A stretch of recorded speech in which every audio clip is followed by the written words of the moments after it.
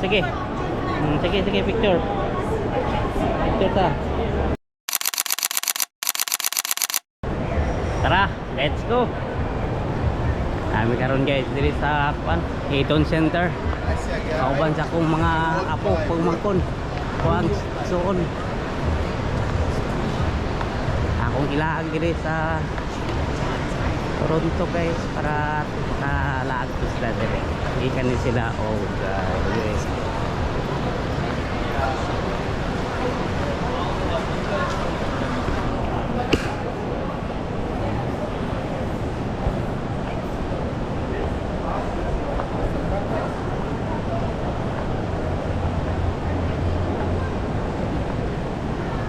Dari may manukad sa Eton Center nga gawas may paingon may sa City Hall na akong sister mangkon hawak apo tara na picture na tara sige okay dire na punta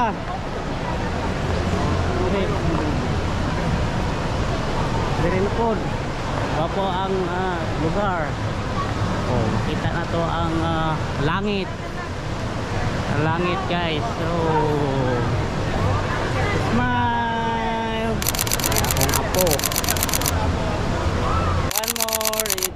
Ano ang pinakadakong mall diri sa Toronto. Pahinga po tada sa City Hall. Ang daan City. Phillips Square is an urban plaza in Toronto, Ontario, Canada. It forms the forecourt to Toronto City Hall, or New City Hall, at the intersection of Queen Street West and Bay Street, and is named after Nathan Phillips, Mayor of Toronto from 1955 to 1962. 3. The square was designed by the City Hall's architect Viljo Rayvale and landscape architect Richard Strong. 4. It opened in 1965. The square is the site of concerts, art displays, a weekly farmers market, the Winter Festival of Lights, and other public events, including demonstrations. During the winter months, the reflecting pool is converted into an ice rink for ice skating. The square attracts an estimated 1.5 million visitors yearly. 5. With an area of 4.85 hectares, 12.0 acres, it is Canada's largest city square.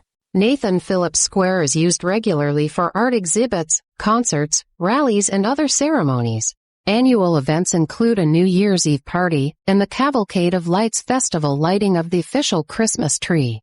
The annual Newt Blanchard Festival sets up art exhibits in the square and has also utilized the parking garage located underneath the square. Featuresque Square is rectangular in shape, with the edge of the City Hall meeting the square on an angle on the north side. The main portion of the square is paved with two sizes of reinforced concrete slabs. The square has a reflecting pool, a peace garden, a permanent stage, and several sculptures, including three-way Peace No. 2, Archer by Henry Moore. Round the remaining perimeter of the square runs an elevated concrete walkway. Outside the walkway are treed lawns dotted with various other memorials and monuments, such as Oscar Nemmann's statue of Sir Winston Churchill c. 1977, 3 and a Roman column. Beneath the square is one of the world's largest underground parking garages. 3. In 2012, illuminated disappearing fountains were installed among the slabs, used for decoration and cooling. 6. The square is property of the City of Toronto. Smoking is prohibited in the entire square. 7. Elevated walkway. An elevated walkway extends around the square's perimeter. The elevated concrete walkway connects to the podium of the City Hall at the height of its roof and extends around the perimeter of the square. Staircases connect the walkway to the floor of the square in several locations. On the south side, the walkway extends across Queen Street to the Sheraton Hotel. On the west side, the walkway is connected to the back of the permanent stage, which also serves as a grand staircase. The walkway is closed during winter months. Peace Garden. The Peace Garden was created as a memorial to the atomic bombing of Hiroshima, as well as the commitment of Torontonians to the principle of world peace. 3. The sundial at the south end of the garden predates the Peace Memorial.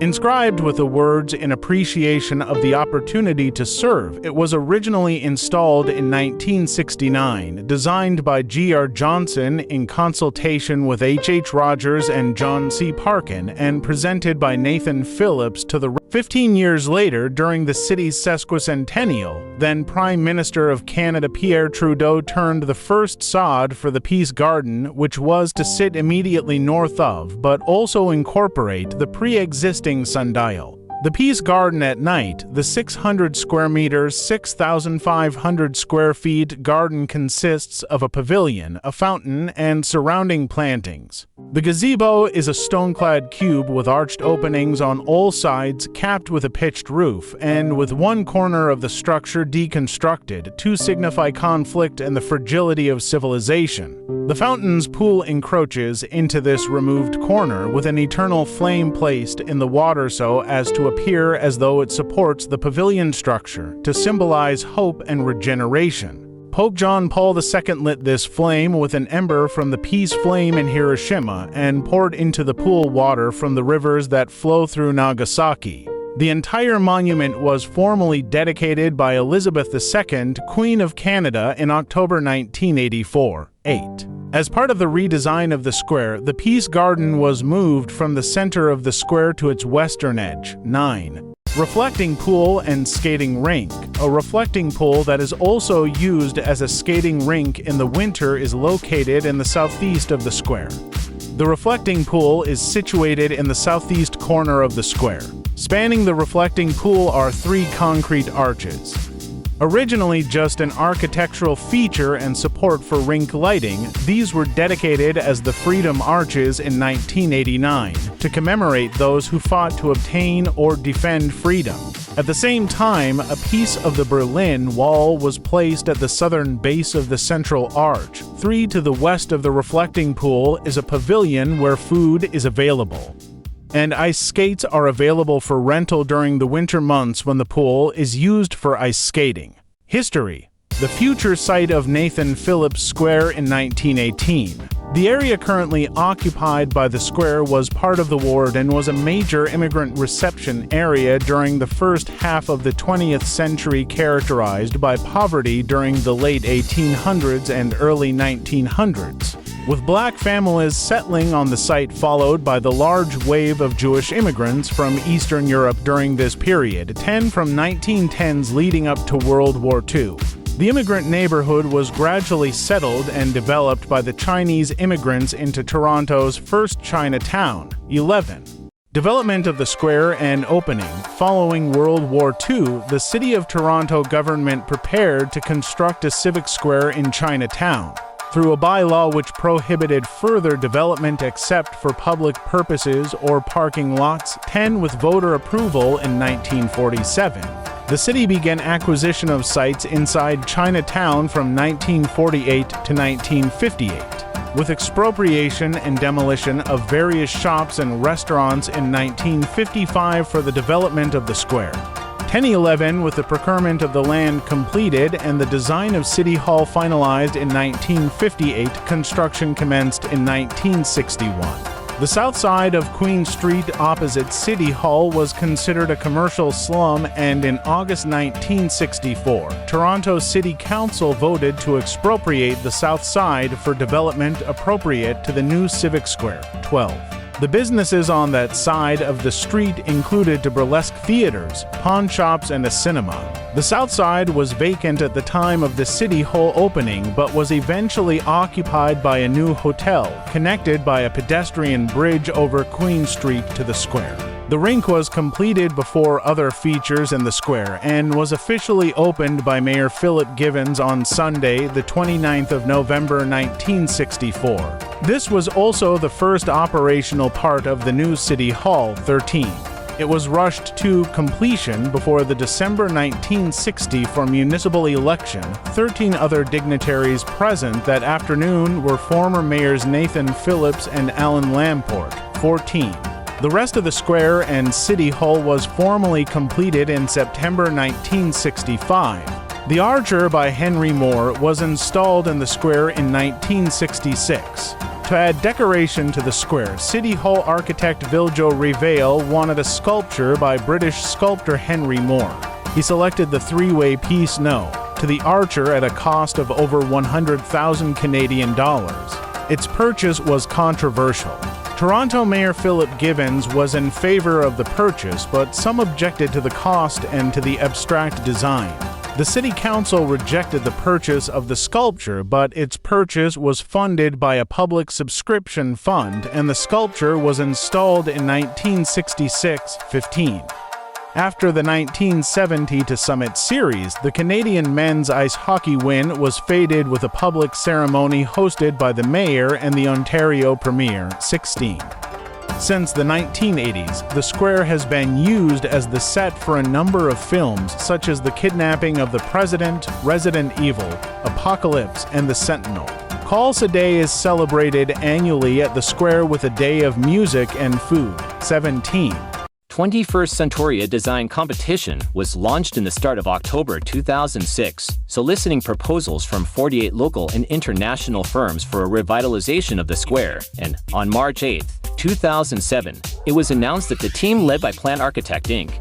and Shore Tilbury Wind Plus Partners, both of Toronto, had won the competition. 18. The project was first estimated to cost 45 million Canadian dollars, but its final cost is expected to tally $60 million. 19. Regionally intended to be completed in 2012, the project is expected to be completed in 2014. 20. The design is based on the idea that Nathan Phillips Square has always acted as an agora, the ancient Athenian place of public and political exchange, with the design defining the concept of the open space of theater and that of the public square, a theater for the city, and a square surrounded by a forested perimeter. The plans included demolishing and replacing the food and skate rental kiosk, along with the addition of an upper-level roof terrace overlooking the square, a two-level restaurant at the southwest corner of the square, with outdoor patio and terrace dining, a glass tourist information pavilion at the Queen and Bay Streets corner, a versatile stage structure under a glazed roof canopy, redesigned landscaping along the edges of the square that increases the number of trees, planting, mixed tree species, expansion and enhancement of the Peace Garden with a flowering tree grove, eternal flame, and reflecting pool, landscaping and a cafe on the podium roof of City Hall, a restaurant and bar at the observation deck level of the East Tower of City Hall, upgrading the overhead walkways with wood decking, seating, glass balustrades, light wells and improved access, and a seasonal disappearing water fountain in the center of the square. 18. Sustainable design elements were also included so as to conform to Toronto's green standard, including a soil regeneration strategy, improved tree planting conditions, and increased biomass and number of trees. Facilities for cyclists and the promotion of cycling. An improved pedestrian environment, the control of light pollution. Energy-efficient design, renewable energy features. Opportunities for public education, attention to the on-site microclimate, and local sourcing of materials. 18. The square redesign includes a CAD $1.2 million cycle station with storage for 380 bicycles and shower facilities. 19. The cycle station was the cause of some minor controversy at Toronto City Council. 19. On May 29, 2010, Mayor David Miller officially opened the first phase of the revitalization project, the Podium Green Roof Garden. 21. The 1.1 hectares to 0.7 acres roof garden includes diverse plantings of sedums, perennials, and trees. A central courtyard beneath the council chamber. A public terrace at the southeast corner of the roof, shaded by a tree planter. Benches and shade structures designed to reveal the movement of the sun. And a 500 meters, 1,600 feet perimeter path which acts as a walking and running circuit around the roof. New lighting has been installed, including new high-efficiency LED floodlights and a perimeter light band to allow evening events to take place.